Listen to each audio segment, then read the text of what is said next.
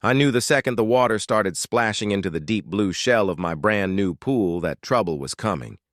Because across the fence line that separated my wide-open ranch from the HOA-controlled subdivision, Karen was already standing with her arms crossed, her blonde bob cut shining like a warning light in the late afternoon sun, and her face wrinkled in the kind of disapproval that could sour milk. And even though my property had never, not once in recorded county history, fallen under their ridiculous HOA jurisdiction, she seemed to think her clipboard gave her authority over the entire county, the state, and maybe the planet, and sure enough, as soon as she saw me smile and wave and then toss a floaty shaped like a giant duck into the filling pool, she whipped out her phone, like she was calling in a national emergency, and began screaming into it about a rancher violating HOA water restrictions, which would have been hilarious if it weren't for the fact that Karen had a long history of making life miserable for everyone she set her sights on. But I wasn't about to let her ruin my summer. Not after I had worked through 3 brutal seasons to finally turn my dusty ranch into a piece of paradise, with a pool, a barbecue pit, and space for my nieces, nephews, and friends to actually enjoy life without HOA rules breathing down their necks. So when she barked, "The police will be here any minute," like she was some kind of sheriff, I simply leaned back, raised my glass of iced tea, and told her, "Perfect.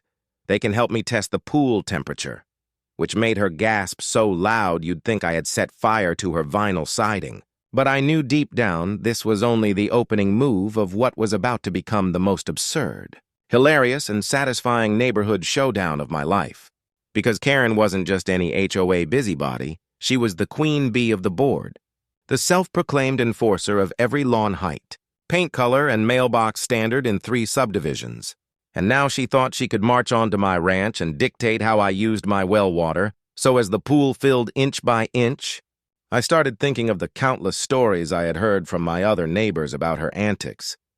How she once fined an old veteran for flying the flag at the wrong angle. How she tried to ban kids from riding bikes on sidewalks. And how she even staged a community intervention when someone dared to park an RV in their own driveway. And all of those stories piled up in my mind until I realized this wasn't just about a pool.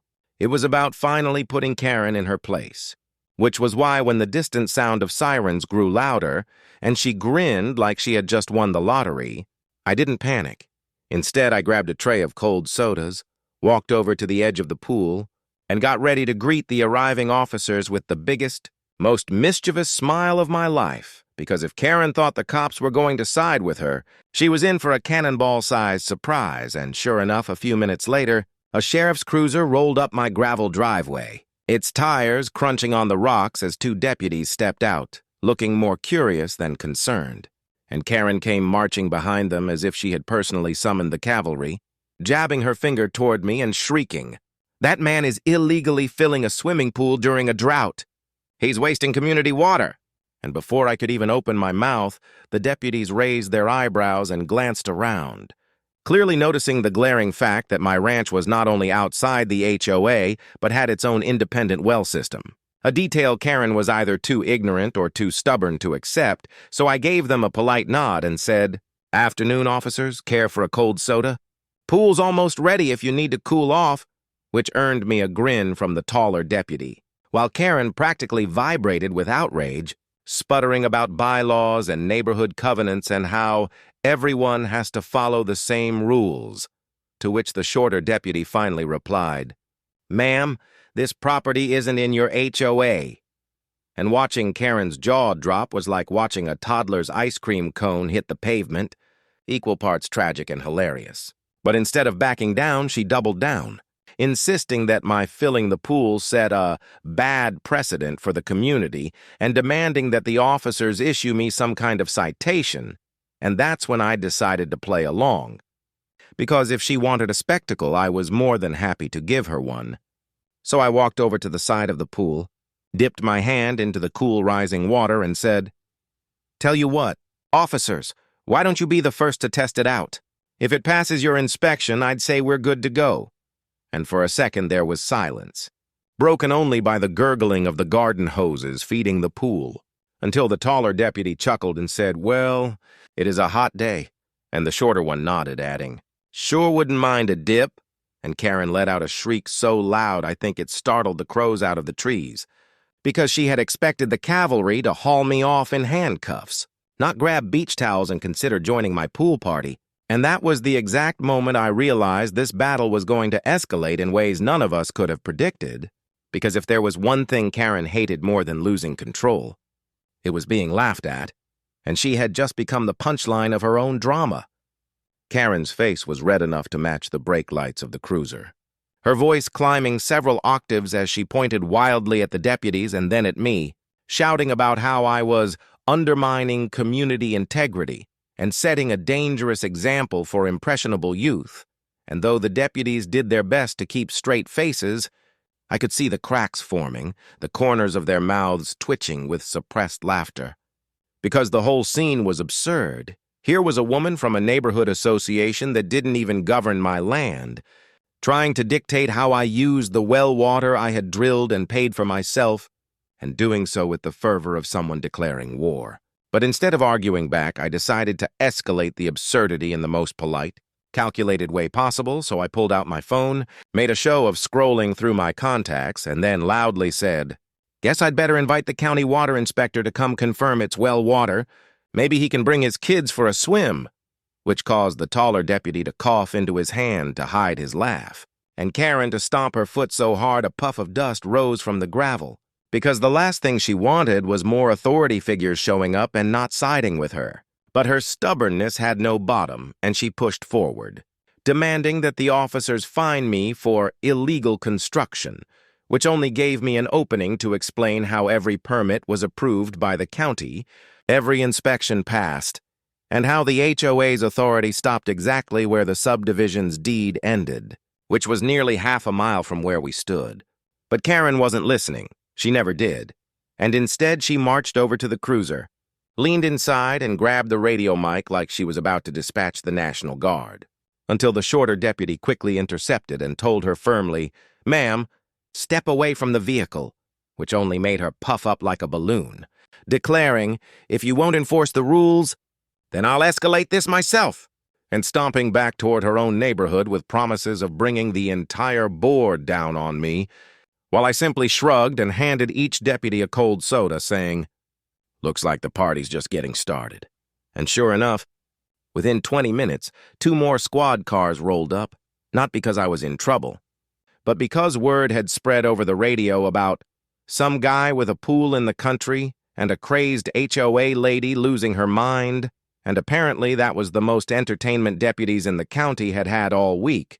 So one by one they showed up, leaned on their cruisers, and sipped sodas while Karen stood at the property line, furiously dialing number after number on her phone, summoning every HOA officer, committee member, and nosy neighbor she could reach until the edge of my ranch looked like a scene from a bizarre Western standoff.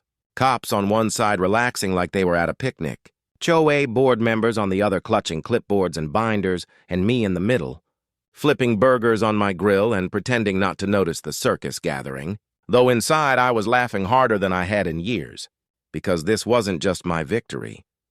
It was public humiliation for the one person who had made herself the self-appointed tyrant of the block. And watching her sputter as the deputies complimented the smell of my barbecue was more refreshing than the pool itself. But I knew Karen, and I knew this wasn't where she would stop. She was winding up for something bigger, and the only question was how ridiculous it would get, which was why I leaned over to the tallest deputy, handed him a plate with a burger on it, and said, "Stick around. You'll see fireworks before the sun sets." And boy, was I right.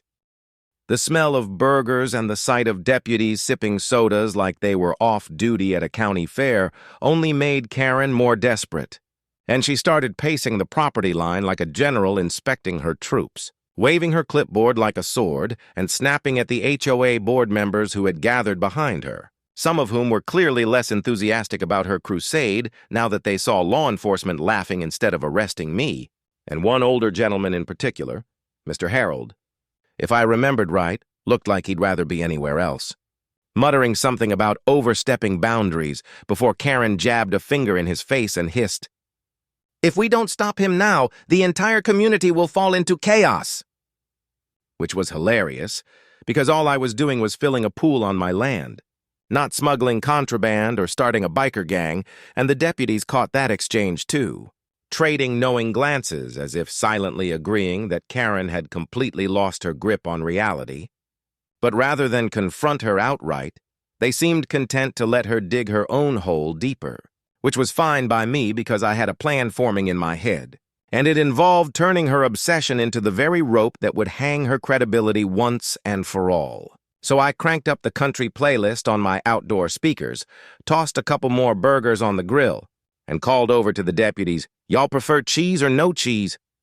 Which got a few laughs and a chorus of cheese, while Karen practically combusted on the spot, screaming, "This is not a party, this is a violation!" To which I calmly replied, "Looks like a party to me," and raised my glass, prompting the deputies to raise their sodas in unison like a toast. And that image, half a dozen uniformed cops saluting me with root beer while Karen shrieked from behind a fence, was so picture-perfect, I wished I had a photographer handy. But the universe has a sense of humor, because right at that moment, one of my buddies from town, Dave, showed up in his pickup, hauling a trailer stacked with more lawn chairs, coolers, and a massive inflatable unicorn float. And when he saw the scene unfolding, his jaw dropped and then split into a grin, because he understood immediately what was happening, and within seconds he was unloading chairs for the deputies, setting up a second cooler, and inflating that unicorn float like we were preparing for the biggest county fair poolside kickoff ever, and Karen lost it, completely, utterly lost it, shrieking into her phone at what I could only assume were emergency board meetings, demanding code enforcement, animal control, maybe even NASA for all I knew. And every word out of her mouth only made her allies shrink further away from her, because they could all see what she couldn't. She wasn't enforcing anything anymore. She was the clown of the show, and the audience, deputies, neighbors, even a couple of curious passers-by who had slowed down on the county road to see what the commotion was, were laughing at her. Not with her, and when Dave finally tossed me a beach ball and yelled, "Think the sheriff's got a good arm?" and the tallest deputy caught it with a grin and lobbed it back. The sound of rubber thwacking hands was like the gunshot that starts a race, signaling the beginning of something unstoppable.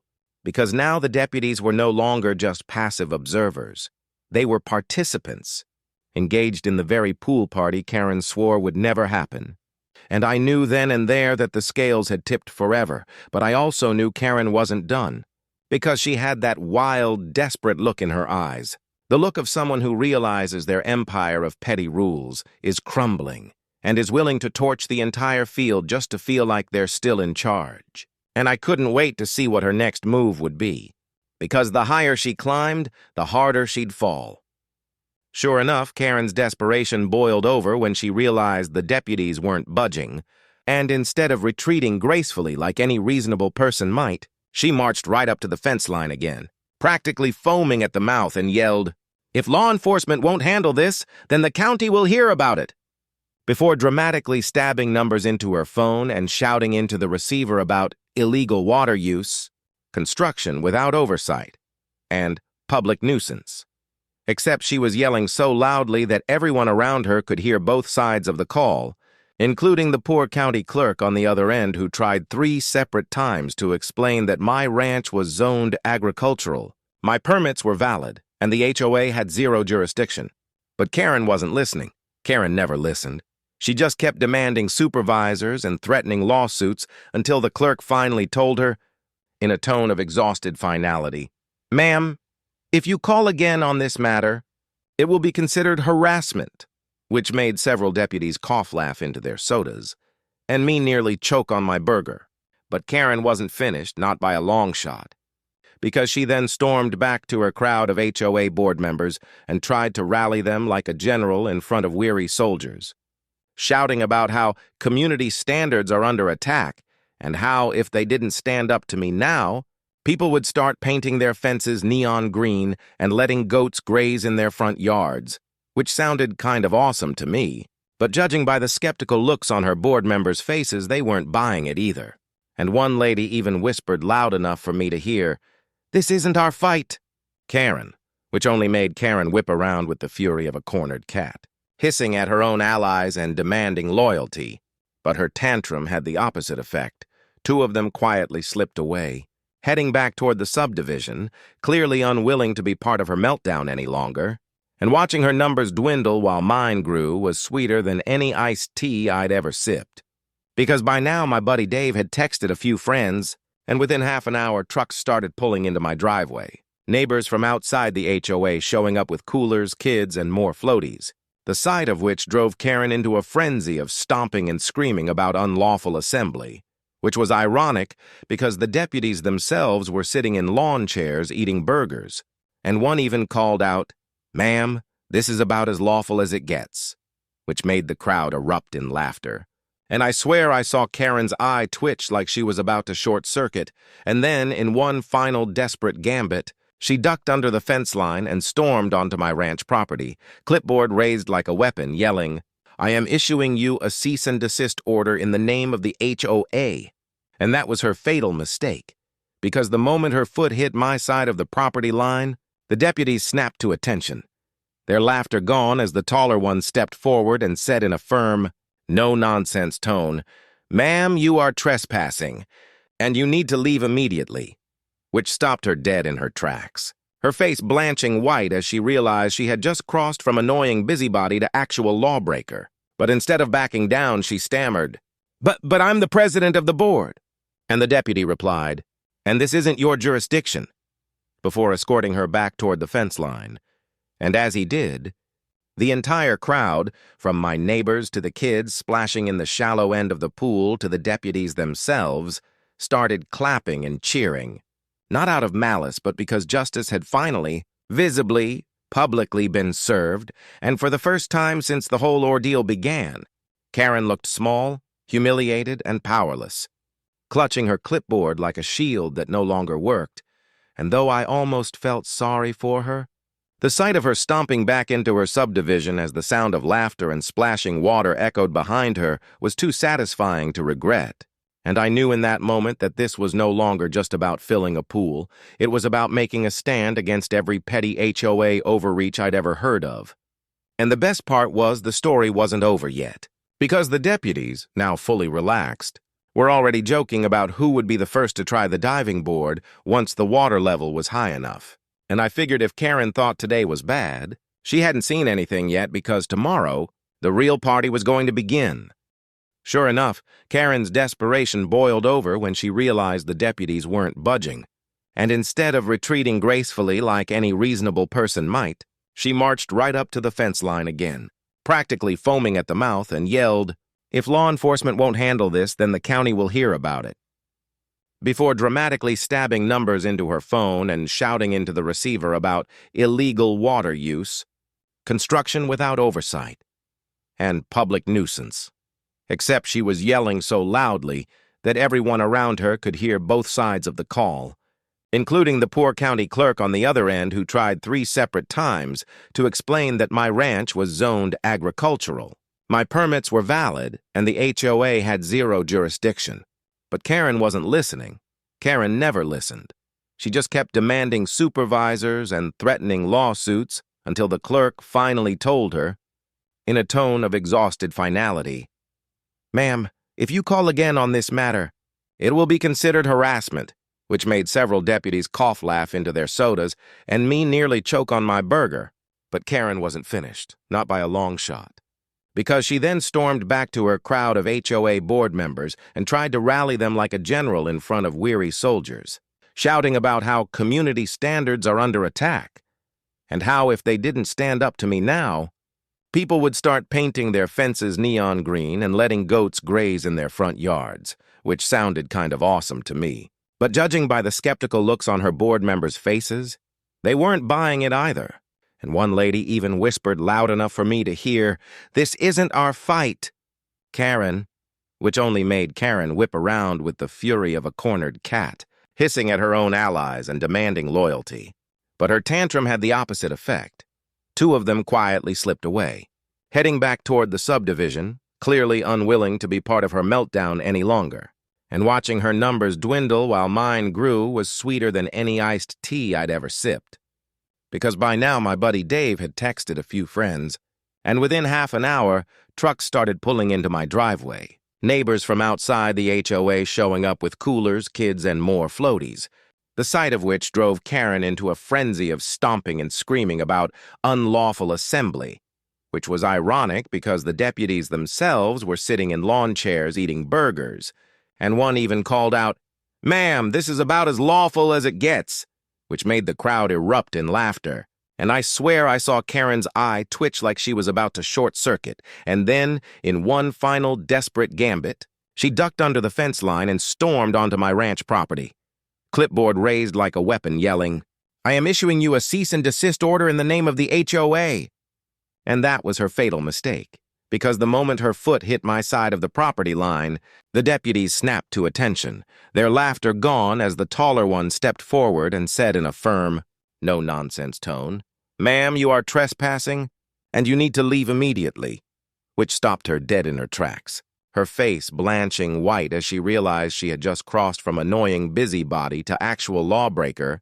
But instead of backing down, she stammered, But I'm the president of the board."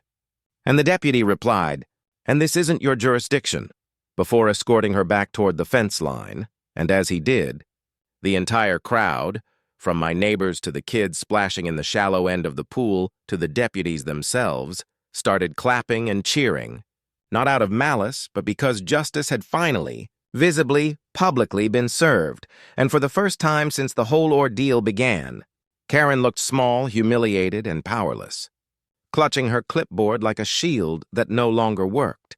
And though I almost felt sorry for her, the sight of her stomping back into her subdivision as the sound of laughter and splashing water echoed behind her was too satisfying to regret. And I knew in that moment that this was no longer just about filling a pool.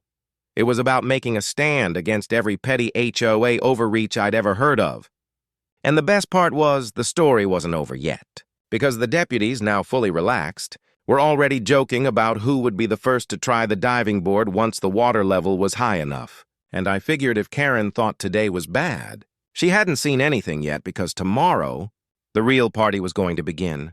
The sun dipped lower in the sky, painting streaks of orange and purple across the horizon. And though Karen had retreated for now, I could still see her pacing like a caged lion just beyond the subdivision fence, phone glued to her ear as she plotted whatever her next move would be. But I wasn't concerned. Not anymore.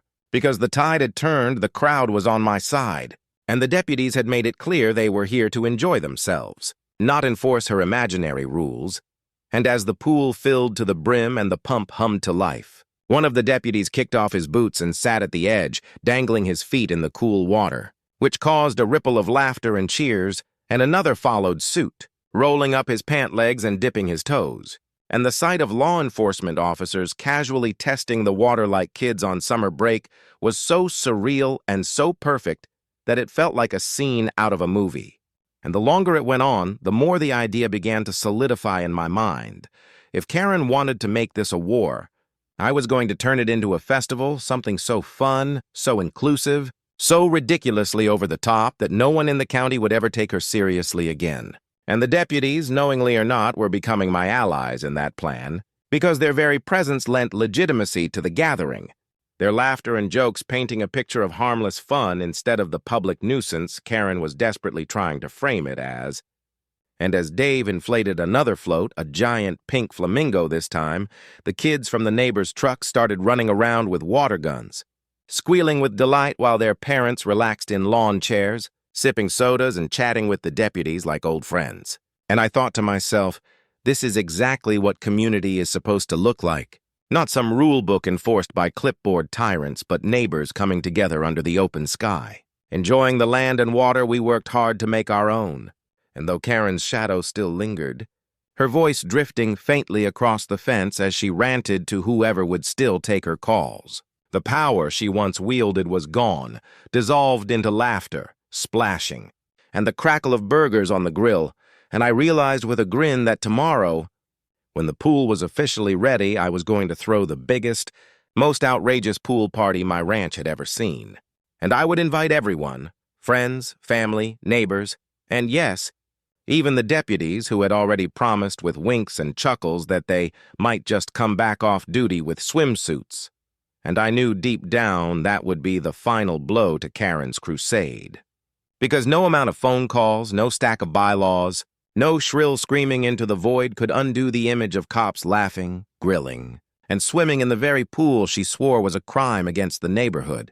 And as the last rays of sunlight dipped behind the hills and the first stars blinked into view, I leaned back in my chair, sipped the last of my iced tea, and thought to myself that this wasn't just a win. It was the beginning of a story no one in this county would forget. A story of how one stubborn HOA Karen called the cops on me for filling my pool and ended up giving me the greatest idea of my life, a pool party with cops, the kind of party so legendary that even years from now, people would still laugh about the day the HOA's power finally evaporated in the summer heat. The wail of sirens cut through the late afternoon heat like the screech of some great bird of prey, and I'll admit my stomach dropped, even though I'd done absolutely nothing wrong. Because in my experience, when cops show up on a rural ranch after being summoned by someone like Karen, there's always a chance the truth won't matter as much as who yells louder.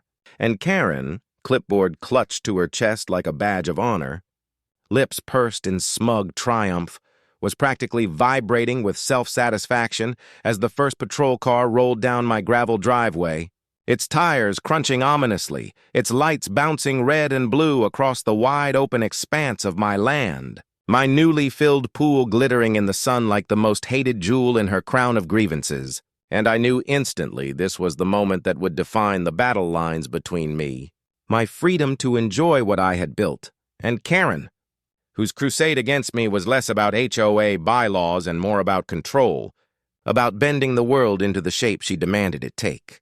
And as the doors swung open and two officers stepped out, sunglasses, pressed uniforms, one carrying the kind of clipboard that mirrored Karen's but with actual legal authority, I caught the faintest twitch of a smile tugging at one officer's lips when he looked past Karen's finger, jabbing furiously toward my pool, and saw not some wild criminal enterprise but simply a rancher leaning casually against his fence post with a glass of iced tea, watching his pool sparkle beneath the big Texas sky. And the first words out of Karen's mouth were so shrill and rapid-fire that even the cicadas seemed to pause mid-buzz to let her rant, "Officers! Thank goodness you're here. He's violating community water ordinances. He's endangering all of us. He's illegally filling that monstrosity with county water, and I demand, yes, demand, you cite him immediately and order the removal of that pool before our aquifers are drained and our property values destroyed." And the officers, who clearly had heard their fair share of exaggerated emergencies, looked from her beet-red face to me, where I calmly raised my glass in greeting and said, "Afternoon, gentlemen. Welcome to my ranch. Care for some sweet tea before you hear the lecture?"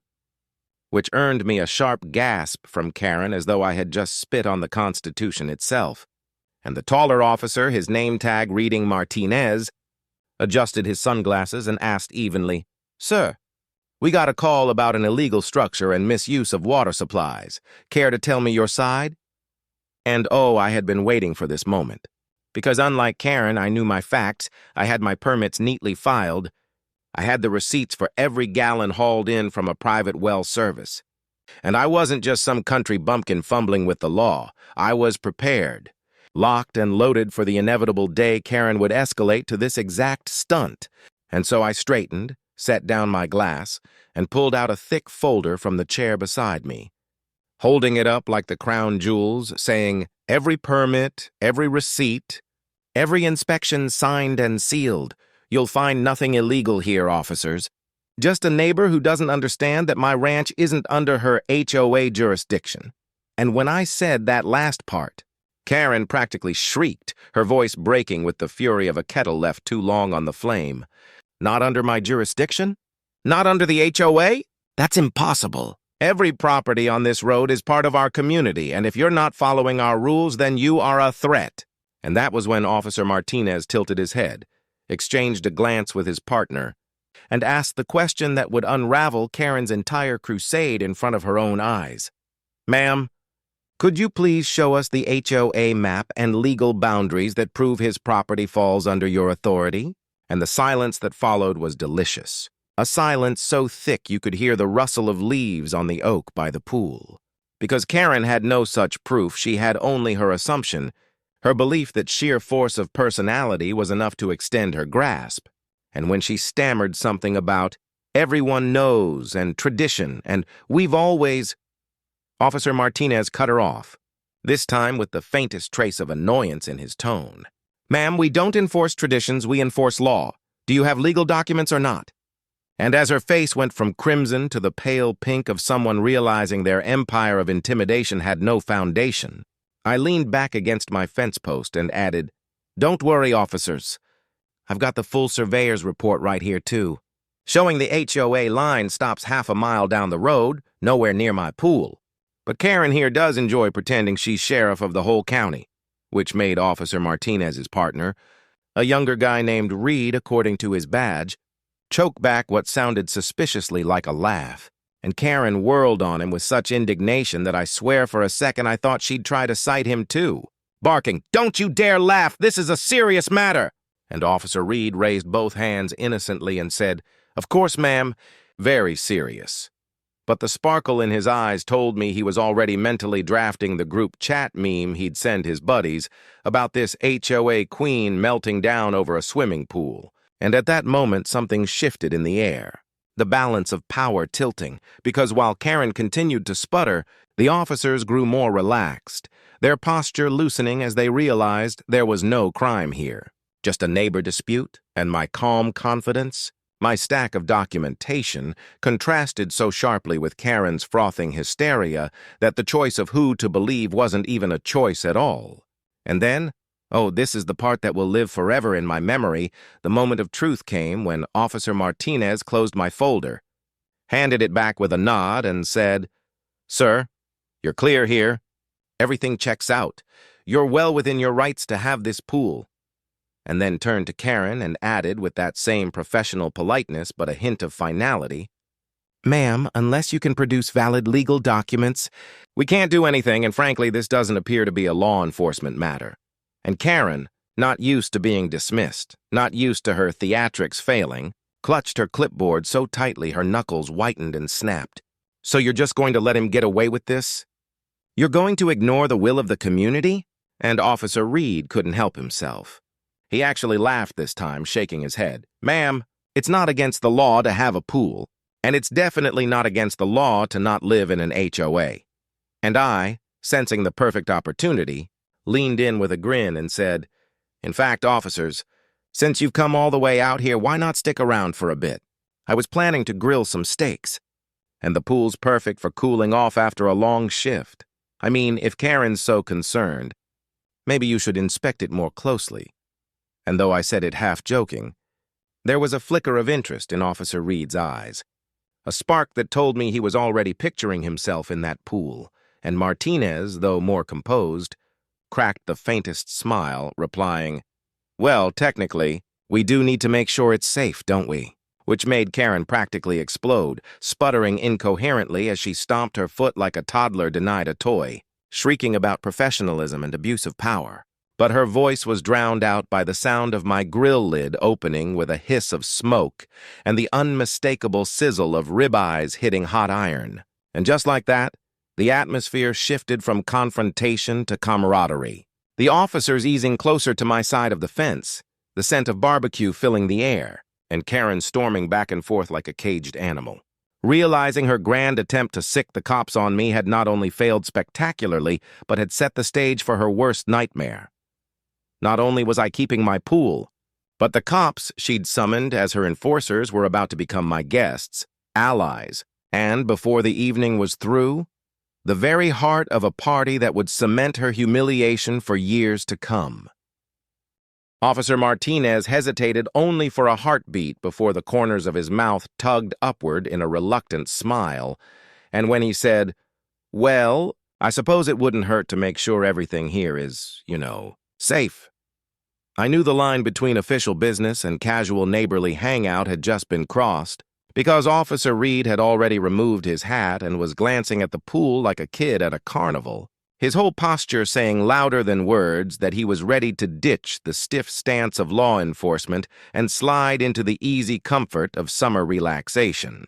And I seized the moment, flipping the steaks with a loud hiss as the fat dripped onto the coals, sending a smoky fragrance swirling through the air that instantly made every stomach in a mile radius grumble. And that's when Karen, sensing her grip on the scene evaporating faster than water on hot asphalt, snapped back into action, her voice shrill enough to set dogs barking in the distance as she shrieked. "Officers, you cannot accept food from him. This is bribery. This is corruption. This is outrageous." And yet the only thing outrageous was her tone, because the more she yelled, the more obvious it became that she wasn't protecting community interests. She was just throwing a tantrum over her own impotence. And Martinez finally turned toward her with that level. Calm stare cops use when someone has crossed from nuisance into liability, saying firmly, "Ma'am, we've concluded there's no legal issue here. You made your report, we investigated, and it's closed. If you continue disrupting, you may end up the one in violation for filing false reports or causing a public disturbance." And the look on her face at that moment, like someone had dumped a bucket of cold pool water right over her head, was pure gold. Because for the first time since I'd moved here, someone in uniform wasn't humoring her, wasn't nodding along to her clipboard sermons, but was instead shutting her down in plain language. And I swear the cicadas grew louder just to punctuate the blow, and while she gaped like a fish gasping for air, Officer Reed stepped closer to the grill, sniffed appreciatively, and said, "What kind of rub did you use on those steaks? Smells incredible." And I grinned wide, tossing a sprig of rosemary onto the coals for dramatic effect, answering, "Family recipe, garlic, smoked paprika, brown sugar, and a little kick of cayenne. You boys like your steak medium rare?" And Reed gave me a grin back, replying, "That's the only way worth eating it." And with that, the battle was over. Because nothing says alliance quite like bonding over barbecue, and as the sun slid lower in the sky, casting golden ripples over the pool's surface, I dragged out the cooler stocked with sodas and iced waters, and Reed grabbed one with a grateful nod, cracking it open and leaning against the fence like he'd lived here his whole life, while Martinez finally removed his sunglasses, tucking them into his pocket, relaxing visibly as he admitted, "Been a long week. This is the first time I've smelled good food on duty in days." And Karen, unable to accept the collapse of her empire, let out a high-pitched, "This is unbelievable," before stomping toward the street, muttering threats of higher authorities and letters to the sheriff. But the damage was done, because no one was listening anymore, least of all the officers she had counted on to be her sword and shield, and as if fate itself were conspiring against her. Just then, two of my actual neighbors, the Johnsons from the farm down the road, wandered up after hearing all the commotion, and when they saw the cops lounging by the pool and me tending the grill, their faces lit up with curiosity, Mrs. Johnson calling, "What's going on here? Smells like a party."